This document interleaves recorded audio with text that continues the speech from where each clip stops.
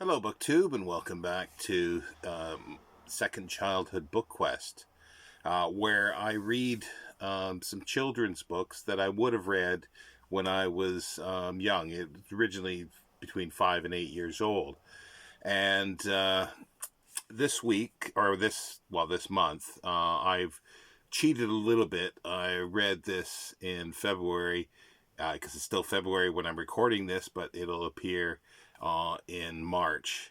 And the third book was selected by Brandy at the Book Eclectic, and it's How to Eat Fried Worms by Thomas Rockwell. And it was originally published in 1973, and I'll get to that in a moment. It's basically it is a children's story. There's four friends. There is Tom, Billy, Joe, and Alan, and it starts out that um, they Tom was held. So they couldn't meet the night before because Tom's mother held him back because he wouldn't eat salmon. So they get talking, and Billy says, "Well, there's nothing bad with that. Like, basically, he'll eat anything." And they say, "Well, would you eat mud?" "Yeah, well, what's wrong with mud? It's just dirt and water."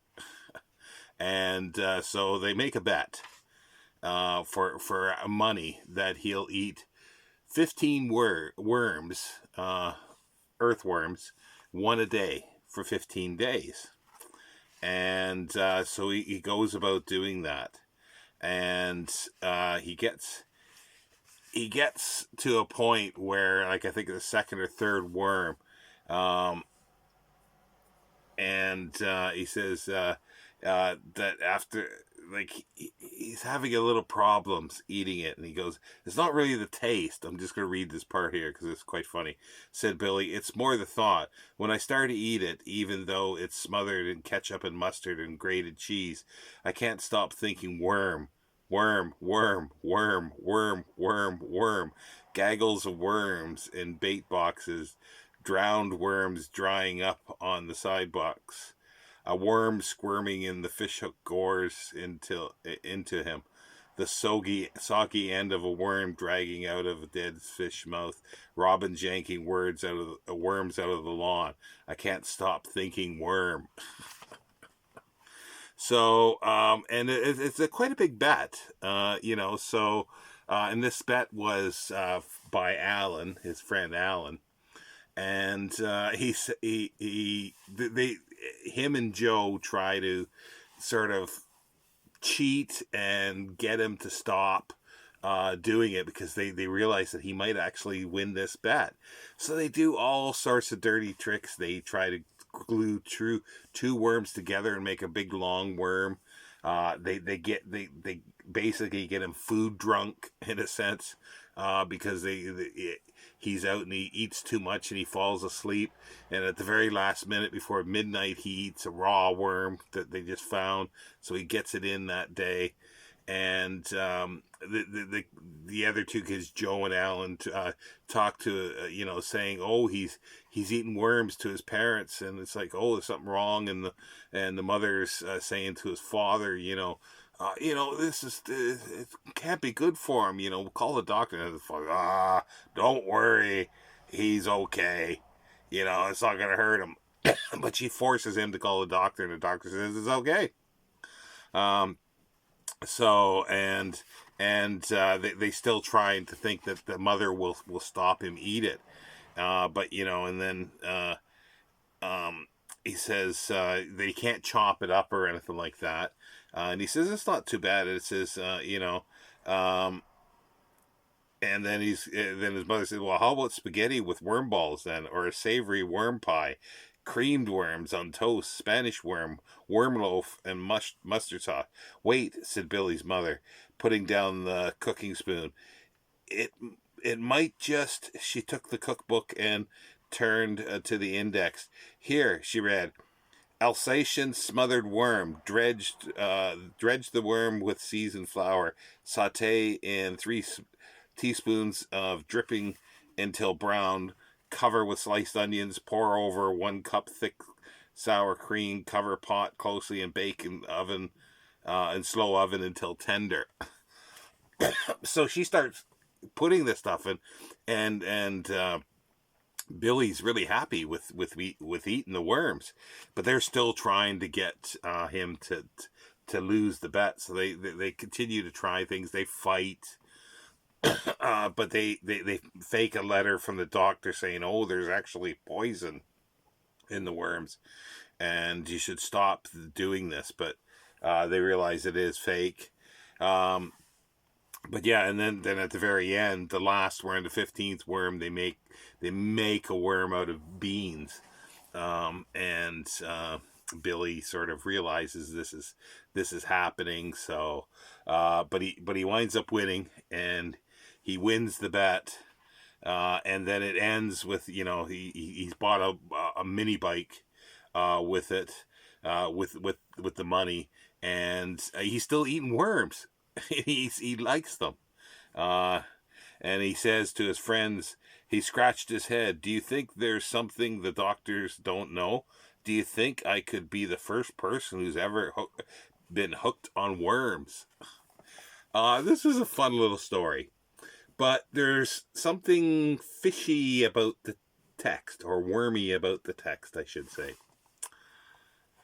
I thought so when I first got it. It's supposed to be written in 1973, as I say, the original thing. And then it says here, first published in Great Britain in 1997 by Orchard Books. And then this is, but it says text copyright Thomas Rockwell 1990. It doesn't say 1973. So I'd wondered about this. But I start reading this, and the bet is £50. Okay, and I go, oh, I didn't realize this was a British book. And then it goes on. Then they start talking about, they're going into the barn in the back, and then they're talking about, like, one winter they built an igloo, and I'm going, this is not Britain. This is, enough snow to build an igloo, and chances are no, unless they're somewhere in the Highlands of Scotland. Unlikely. And then they talk about going to New York City. Well, he's having a dream about worms and eating worms and being in a restaurant in New York City. So it's like, it's clearly not in England. So they've changed it. The bet is actually $50. And it just doesn't make sense. Like, as a kid, I guess you wouldn't notice this, but to me, it's just, they've changed it. Why did they change it? I don't know. And they didn't change anything else, or did they change other things? There's a few sort of rhymes and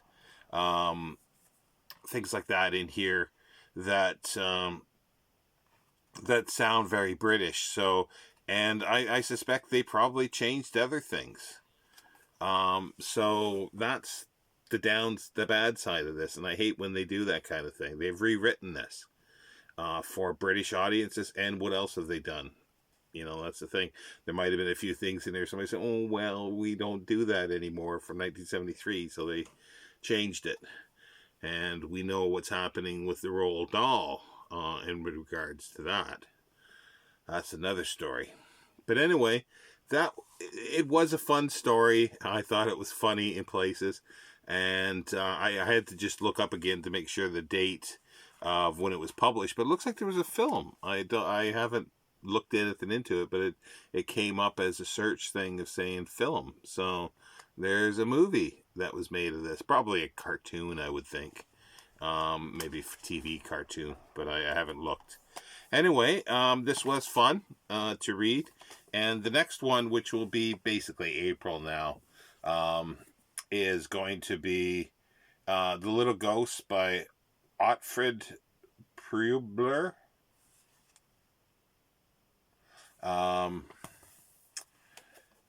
Can't remember who suggested this. It was a subscriber that suggested this. It's translated by Anthea Bell, illustrated by F.J. Tripp.